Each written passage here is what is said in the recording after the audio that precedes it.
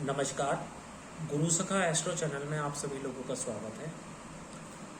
सबसे पहले गुरु के चरणों में बार बार वंदन करते हुए परमहंस परब्रह्म भगवान श्री कृष्ण को नमन करते हैं। आज हम श्रीमद् भगवत गीता की इस सीरीज में पहले ये समझेंगे गीता को किन मार्गों से समझा जा सकता है, क्योंकि गीता को समझने के लिए कुछ विशेष मार्ग ऐसे हैं, विशेष बोलेंगे कुल 3 ही मार्ग ऐसे जिनसे गीता को समझा जा सकता है। क्योंकि मनुष्य की प्रकृति और प्रवृत्ति ये एक आधार बनाती है गीता को समझने के लिए। बोले तो आज की लैंग्वेज में बोले तो कि आपका टाइप क्या है, किस टाइप के हो आप, आपका टाइप डिपेंड करेगा गीता को कैसे समझेगा, कैसे समझा जाए।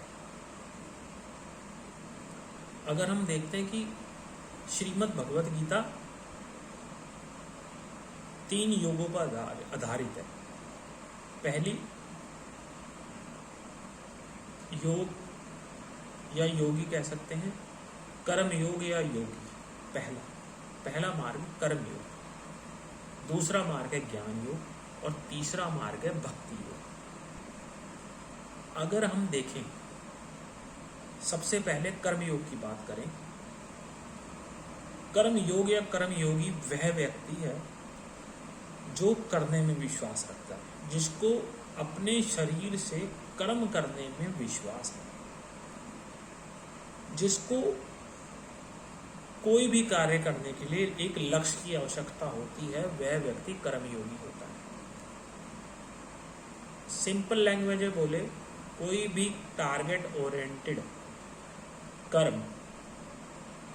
कर्मयोगी को पसंद है। अगर आपके अंदर ये गुण है तो आप कर्मयोगी हो। अगर आपको कोई काम बोल दे और आपने डायरेक्ट बिना सोचे समझे उसके फल की इच्छा बिना करे वो काम कर दिया तो आप कर्मयोगी हो। बिना फल की इच्छा किए किया हुआ कार्य या बिना सोचे समझे किया हुआ कार्य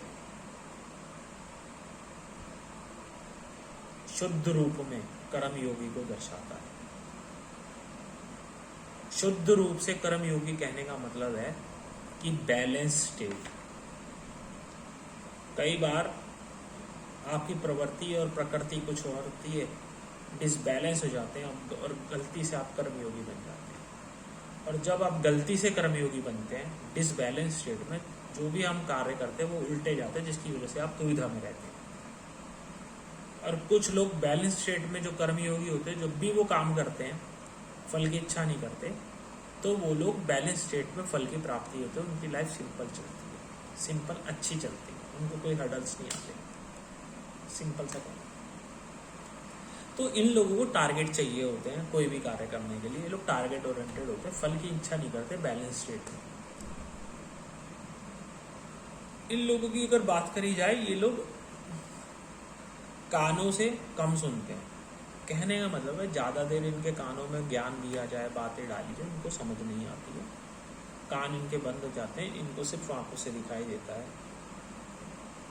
ये आंखों से ही देखते हैं सिर्फ। और अगर देखा जाए, भगवान भी हुए, जैसे भगवान श्री हरि विष्णु हैं और हमारे शिव शंभु हैं, शिव जी हैं, इन्होंने भी अवतार लिए। तो प्रत्येक भगवान ने अपने अपने जब भी अवतार लिए तो एक मार्ग में, एक योग में लिए, जैसे कर्म योग, भक्ति योग और ज्ञान योग के अंतर्गत ही इन्होंने अवतार लिए। हालांकि हमारा शरीर 5 तत्व पे आधारित है, मगर जो 2 मुख्य तत्व ही जो मेन होते हैं जिन पर हमारा शरीर कार्य करता है, उनमें से एक ये जो 3 बता रहा हूँ वो प्रथम रूप से कार्य करते हैं, और ये बात फिक्स है। तो जब भी कर्मयोगी के रूप में भगवान ने अवतार लिया है, अगर हम बात करें भगवान श्री हरि विष्णु की, तो भगवान श्री हरि विष्णु ने भी कर्म योग के रूप में अवतार लिया है। और जो शुद्ध रूप से वे अवतार थे वो थे भगवान श्री परशुराम।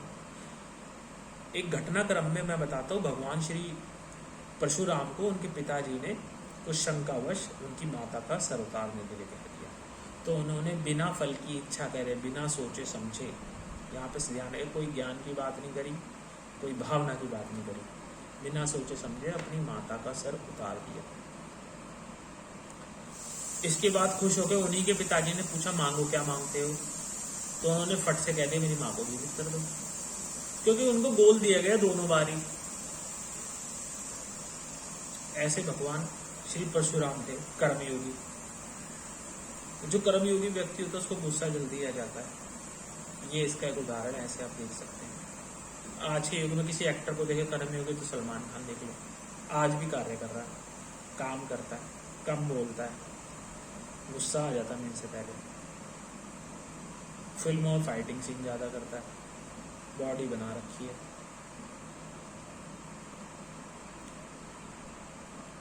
डांस आता नहीं है मगर फाइट करवा लो उससे, तो ऐसे इसको समझ सकते हैं। अक्षय कुमार समझ सकते हैं, कर्मयोगी, एक्शन सीन हीरो में बेस्ट करता है, फाइटिंग आती है, हंसी मजाक में एक नंबर है, सोचते नहीं कि इसको क्या बोलना है, बस बोल दिया, दोनों ही देख लो। तो ऐसे ही कर्मयोग काम करता है। अब बात करते हैं हम ज्ञान मार्ग की। ज्ञान मार्ग के जो व्यक्ति होते हैं ना, ज्ञान मार्ग के जो व्यक्ति विशेष होते हैं, वो लोग सिंपल होते हैं, बड़े भोले होते हैं, इनोसेंट कह सकते हैं। उनको ना कुछ भी चीज़ समझनी, उनमें क्यूरियोसिटी होती है चीज़ों को जानने की। वो सुनकर ही अपने दिमाग में बातों को तोलते मोलते हैं बैलेंस स्टेट में, और उसके अनुसार कार्य करते हैं। वो नॉलेज को देखते हैं कि किस काम को करने में ज़्यादा कौन सा काम नॉलेजेबल बेसिस पे अच्छा है करने के लिए। इन लोगों को सुनी ही बातों को, जैसे किसी की बात सुनी उसको तोलकर ही काम करेंगे। ये लोग फाइटर नहीं होते, मतलब लड़ने में विश्वास नहीं रखते। इनको बस सिंपल लाइफ, ज्ञान से मतलब है, और ज्ञान की प्राप्ति के लिए काम करते हैं।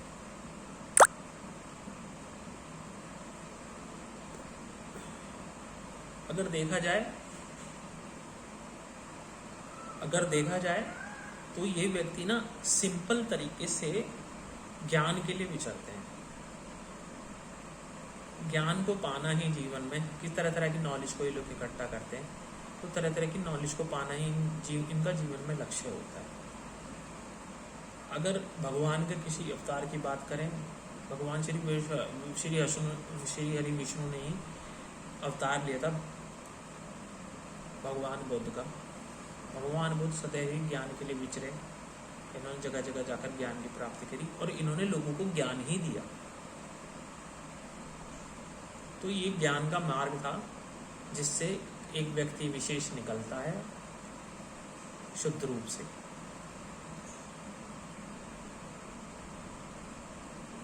भगवान आदि शंकराचार्य की बात करें, इन्होंने भी छोटी उम्र से ज्ञान की ही बातें करी, ज्ञान को ही सराहा, ज्ञान ही चाहिए था इनको जीवन में, ज्ञान के ही लिए ये विचरे, तो ज्ञान से ही इनको मतलब रहा है। तो ऐसे हम इस चीज़ को समझ सकते हैं। अगर बात करें भक्ति मार्ग की, भक्ति मार्ग का जो व्यक्ति विशेष होता है, भक्ति मार्ग का व्यक्ति विशेष भावना से जुड़ा होता है। इसको कुछ भी समझना है तो ये उसमें भावना ढूंढता है, इसको अच्छा लगना चाहिए या इसको फील आना चाहिए, तो ये उस कार्य को करता है, और इसको करा वो वही कार्य समझ आता है। चीज़ों को इकट्ठा करना, खाना, पसंदीदा खाना खाना, और भगवान की भक्ति करना, शुद्ध रूप से इसको ये पसंद है।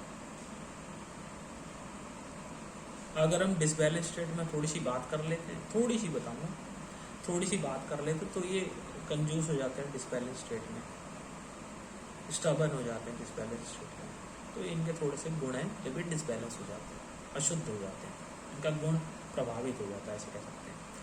तो ये जो भक्ति मार्ग वाले होते हैं, तो इनको ना भगवान की भक्ति सबसे अच्छी लगती है। इनको भगवान की भक्ति करा लो, कर्म करने में इनको थोड़ा आलकस आ जाता है शुद्ध अशुद्ध रूप में, और भगवान की भक्ति में सदैव लीन रहना चाहते हैं। भगवान की भक्ति करके इनको समझ लो बहुत अत्यंत सुख प्राप्त होता है, मतलब इतना सुख प्राप्त होता है, इसके अलावा कुछ सोचते नहीं है। ज़्यादा पूजा अर्चना, ज़्यादा भक्ति इनका स्वभाव रहता है। अगर हम बात करते हैं कि ये लोग, मतलब अगर इनको गीता को समझना है ना, चलो अब ये भक्ति मार्ग से मैं गीता को समझाना शुरू करता हूँ। भक्ति मार्ग वाला गीता को कैसे समझेगा?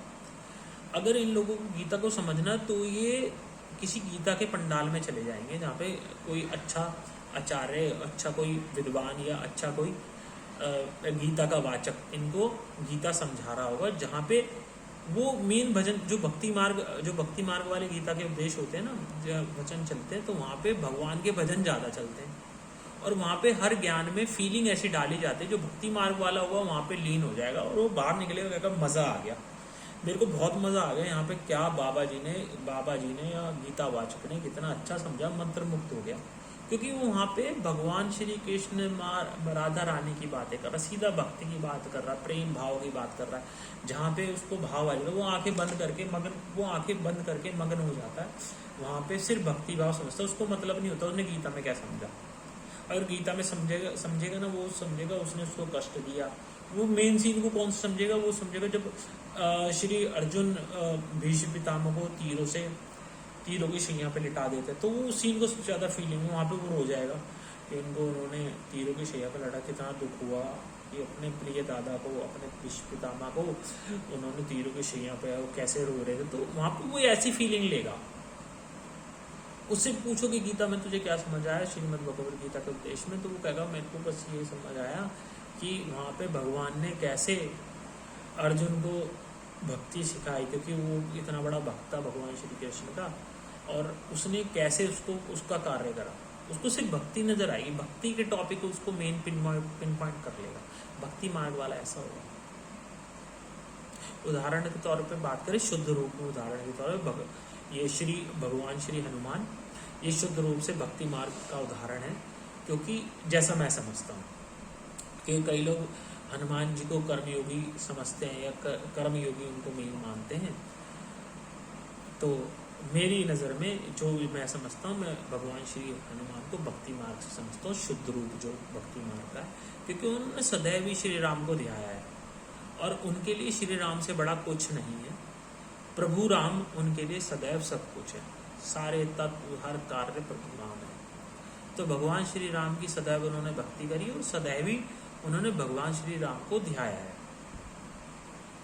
भगवान श्री राम और खाना उनको अत्यंत प्रिय था। अगर आप जितने भी अगर इवेंट देखोगे, जो भी कभी कथा सुनोगे, तो भगवान श्री राम के और हनुमान जी के बीच में भक्ति भाव और खाने की हमेशा बात होगी। अगर आप देखोगे उनको मोतियों की माला हुई, तो उन्होंने उनको तोड़ के ही देखा था कि इसमें भगवान है नहीं है। एक बार माता सीता ने उनको भोजन पे आमंत्रित किया था, तो उतना भोजन खाया था, माता सीता पे खाना नहीं बचा था। तो ऐसे हम इसको भक्ति मार्ग को समझते हैं। अगर हम ऐसे ही ज्ञान मार्ग की बात करी जाए, ज्ञान मार्ग में गीता को ऐसे नहीं है, ज्ञान मार्ग में गीता कभी भी किसी को समझाई जाएगी ना, तो वो अगर किसी पंडाल चला जाएगा या मेरे को सुनेगा, मुझे सुनेगा, तो वहाँ पे वो विश्लेषण करेगा, वो नॉलेजेबल कौन है, कौन नॉलेज को गीता का बेस कौन गीता के बेस पे बात कर रहा है, तो वहाँ पे वो सुनेगा। वहाँ पे वो भजन पे ध्यान ज़्यादा नहीं देगा, वहाँ पे सुनेगा कि क्या ये सही कह रहा है, उसको प्रमाणिकता देखेगा, क्या इसकी बातों में प्रमाणिकता है, तो वहाँ पे वो ज्ञान मार्ग वाला समझेगा। वो कहेगा कि भगवान श्री कृष्ण ने अर्जुन को ऐसा क्या समझा दिया कि उसको समझ आ गया कि मैं ज्ञान कर्मी होगी, मेरे को कर्म ही करना चाहिए, क्या तरीका था। तो ज्ञान मार्ग वाला उसको ऐसा समझेगा। कर्म वाला मार्ग वाला गीता को कैसे समझेगा? वो वहाँ जाएगा, वो कहेगा यार बहुत देर तक बोल रहा है ये, मेरे को भी वो देखेगा और उसको भी देखेगा, किसी कथावाचक को, गीता कथावाचक को, वो कहेगा यार ये बहुत बोल रहे, मेन बात तो कर ही नहीं रहे, मेन टॉपिक की बात जो है। ठीक है, यूँ बताओ कि गीता के अंदर कृष्ण जी अर्जुन को कह रहे हैं, अब भाई तू सीधा बस धनुष्वाण चला, निशाना साध और मारता रहे, बस तेरा ये काम है। मॉरल ऑफ द स्टोरी ये है, गीता कर्म करना सिखाती है। गीता ये सिखाती है कि आदमी को कर्म ही करना चाहिए। कर्म मार्ग वाला इसको ऐसे समझेगा। तो आशा करता हूँ आपको मैंने जो समझाया है, गीता को किन किन मार्गों से समझा जाए, आपको समझ आया होगा। और अगर आपको समझ आया तो इस चैनल को शेयर कीजिए, सब्सक्राइब कीजिए। मैं फल की अपेक्षा नहीं कर रहा हूँ, मैं अपेक्षा कर रहा हूँ कि आप इस ज्ञान को या इस माध्यम को जो मैं समझा रहा हूँ, इस माध्यम को उन लोगों पे को शेयर करें जो लोग गीता को समझना चाहते हैं और आगे चल के एस्ट्रोलॉजी से जुड़ना चाहते हैं, एस्ट्रोलॉजी को समझना चाहते हैं। क्योंकि लोगों के पास वक्त समय नहीं है कि श्रीमद् भगवत गीता को पढ़े। आज के टाइम में मेरे पे तो है, श्रीमद् भगवत गीता को पढ़े, समझे, उसका अनुसरण करें, लाइफ में उसको उतारे, या किसी अच्छे गीतावाचक पे जाके गीता को समझा करें। तो आशा करता हूँ आपको ये समझ आया होगा और पसंद भी आया होगा। आप इस चैनल को सब्सक्राइब, शेयर और लाइक करें, और कमेंट के माध्यम से मुझे बताएं आपको गीता को और कैसे समझना है, या गीता समझने में आपको क्या दिक्कत आ रही है। तो मैं आपसे विदा चाहूँगा। धन्यवाद।